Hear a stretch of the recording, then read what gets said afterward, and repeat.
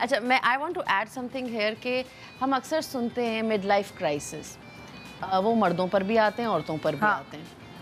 जब आपकी शादी हुई फॉर इंस्टेंस 20 से 25 के ब्रैकेट में, उसके बाद आपके ऊपर रिस्पॉन्सिबिलिटीज़ आ गई, बच्चे हुए, घर संभालना है, बीवी के खर्चे हैं, बंदा क्या करता है अपने आप को निगलेक्ट, मतलब इंटेंशनली नहीं बट अनइंटेंशनली कहीं ना कहीं वो निगलेक्ट होता रहता है, वो चीज़ पाइल अप होती है।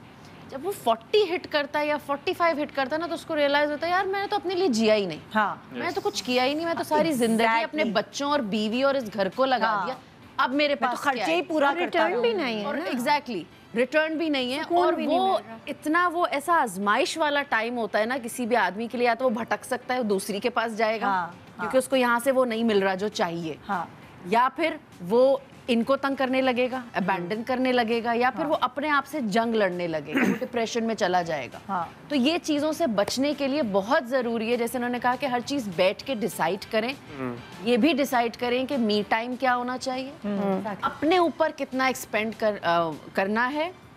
अगर फॉर इंस्टेंस अगर आपके घर का खर्चा 1 लाख है, मैं सिर्फ ऐसी एक फिगर दे रही हूँ, उसमें सारे आपने मेजर एक्सपेंसेस निकाल के जोड़ तोड़ के अगर बचता है 10-10 हज़ार भी बचता है, तो 10 हज़ार में तुम अपनी खुशी से तुम भी खर्च करो और ये 10 हज़ार से बीवी को भी दे।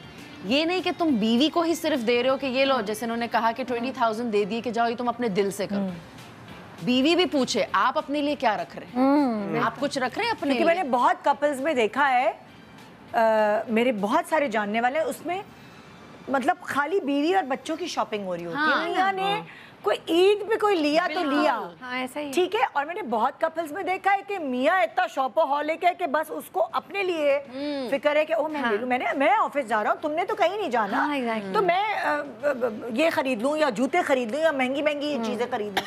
तो मैंने बहुत कपल्स में देखा है, बहुत कम ऐसा बैलेंस होता है कि अच्छा नहीं, अगर हम शॉपिंग पे निकल रहे हैं, अगर मैंने लॉन के जोड़े लेने, आप भी तो अपने लिए 2-4 शर्टें लें। बहुत कम मैंने ऐसा देखा। ये ऐसा होना चाहिए, एहसास की बात है, एहसास की बात है। आपका इमोशनल कनेक्शन होगा ना, तो आप दोनों को एक दूसरे की नीड्स पता होंगी। देखो नीड्स पहले आती हैं, वांट्स उसके बाद आते हैं, डिजायर्स उसके भी बाद आते हैं। तो आपको ये तीनों चीज़ की क्लैरिटी चाहिए, मेरी नीड क्या है, नीड दोनों की है, बच्चों की भी है, घर वालों की भी है, तो नीड में क्या क्या आ रहा है, क्लैरिटी होनी चाहिए। ये आपको क्लैरिटी कब होगी? हमें क्या सिखाया जाता है जनरली, हमारे जो मर्द हैं, मुझे हमदर्दी इसलिए भी होती है बिकॉज इनको लेबल मिला है प्रोवाइडर का। एग्जैक्टली ठीक है, क्या प्रोवाइडर हैं तो अपने लिए प्रोविजंस नहीं देखेंगे, इनके प्रोविजंस कौन देखेगा? इनकी मम्मी से इनको मुंह में निवाले डालेंगे सिर्फ। सो बीवी लाइबिलिटी नहीं होनी चाहिए। I look at spouses as partners. आप अगर शरीके हयात हैं, शरीके हयात तो दोनों हो सकते हैं ना, लाइक मर्द भी औरत भी, अगर आप शरीके हयात हैं तो फिर आपको बिहेव भी उसी तरह करना होगा, आपको डिपेंडेंट की तरह बिहेव नहीं करना होगा। एक बच्चा आप पर काफ़ी अरसे तक डिपेंडेंट होता है, ठीक है, बट आपको उसको भी लेट गो करना आना चाहिए। और लड़का बच्चा, उस पर प्रेशर होता है कि जी उसको शुरू से पता है मैंने ही प्रोवाइडर बनना है, बट उसको सपोर्ट सिस्टम क्या मिलना है इसका भी तो एहसास उसको होना चाहिए।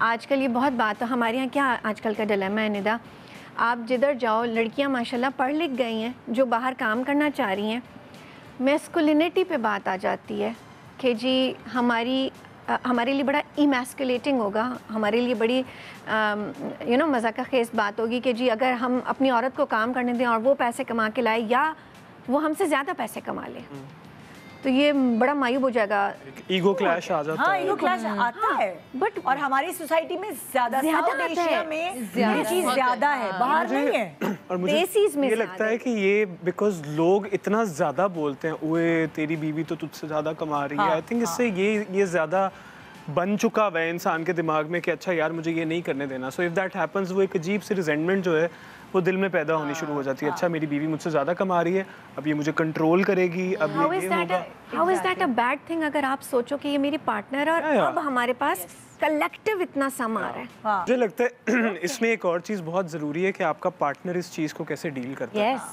फॉर एग्जाम्पल अगर आपकी बीवी आपसे ज़्यादा कमा रही है तो वो इस चीज़ पे थोपे ना कि मैं तो क्यों ना घर की औरत हूँ तो मैं तुमसे ज़्यादा कमा रही हूँ। आई थिंक उसमें भी आपको थोड़ा सा सपोर्टिव और इस तरह रहना चाहिए कि हम दोनों इक्वल हैं। कोई बात नहीं है, घर का खर्चा है।